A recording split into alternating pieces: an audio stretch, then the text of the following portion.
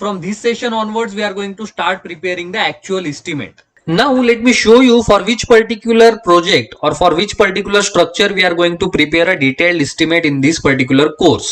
So first of all, I'll show you the 3D elevation of that structure. So as you can see over here, this is the 3D elevation drawing of that particular building or of that particular structure for which we are going to prepare the detailed estimate now. So basically it is a P+2 storied building, earthwork in excavation. And in front of that, if you see here, I have written here as in bracket 0 to 1500 mm. Now why I have taken this number here, that also I'll tell you. But first of all, you might be having one query that why we have taken this starting from the natural ground level till the bottom of the soling work, it is given as 2.4 meters. So in the cross sectional view, you will get to see the height of the excavation. Basically, as soon as the excavation work is completed, we have to do the rubble soling work in those excavated pits. So below each individual footing, the rubble soling work will be done.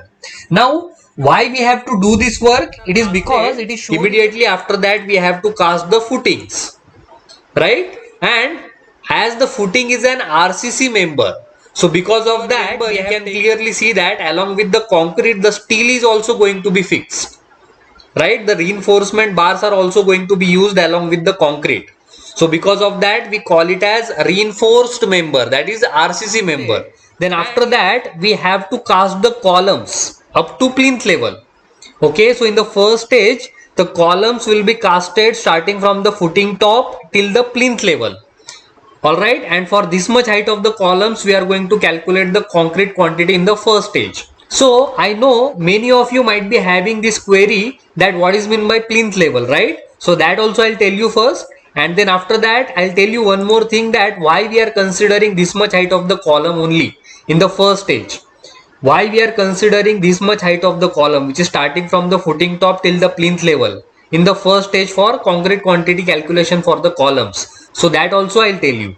Alright, so first of all let us see what is meant by plinth level. Then so, immediately after that, whatever gap that has been formed in between the plinth beams, so that gap we have to fill it back with the help of murum soil. Correct? We have to fill all these gaps which has been formed in between the plinth beams. We have to fill it back with the help of murum soil.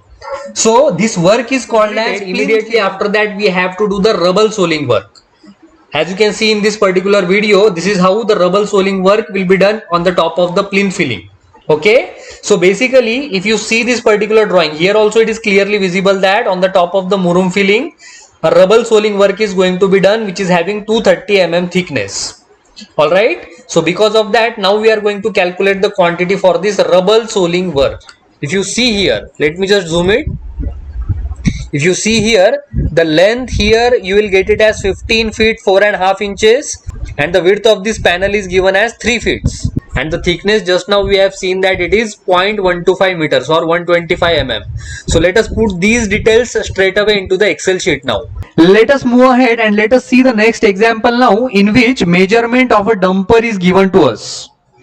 So for example, here you can see the top length has been given separately, the base length has been given separately, then the height of the truck, the width of the truck, all these dimensions are given to us. Just one small change is there, that the top length and the base length is given to us separately for this dumper. Why, that we are going to see now. Now let us see how to calculate the volume of sand for these types of dumpers. So first of all, as usual, what we have to do is we have to convert all these values or all these dimensions into. So if you see right now we have been given total number of plates. Okay, in the example the area of the plates are not given, only the number of centering plates are given.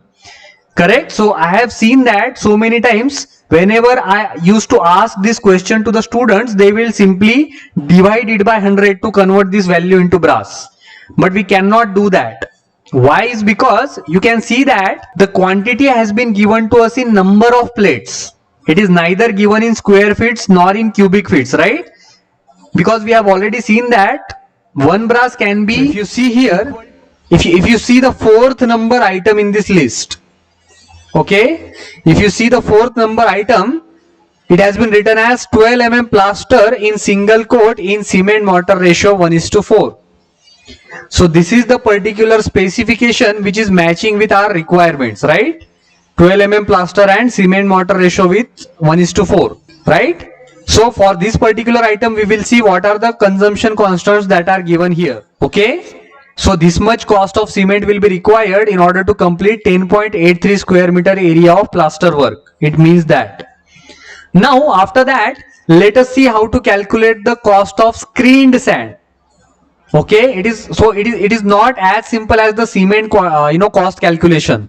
A separate procedure is there to calculate the cost for screened sand. So let us see that what is that procedure now. Okay, so first of all, let us consider that after purchasing the.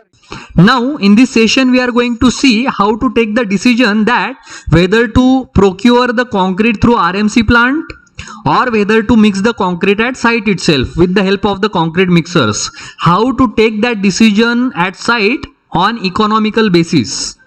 So that we are going to see in detail in this particular session. So in that process, obviously some wastage is going to happen. So that wastage you can consider it as 2.5%. 2.5% of what? 2.5% of the total cost of concrete.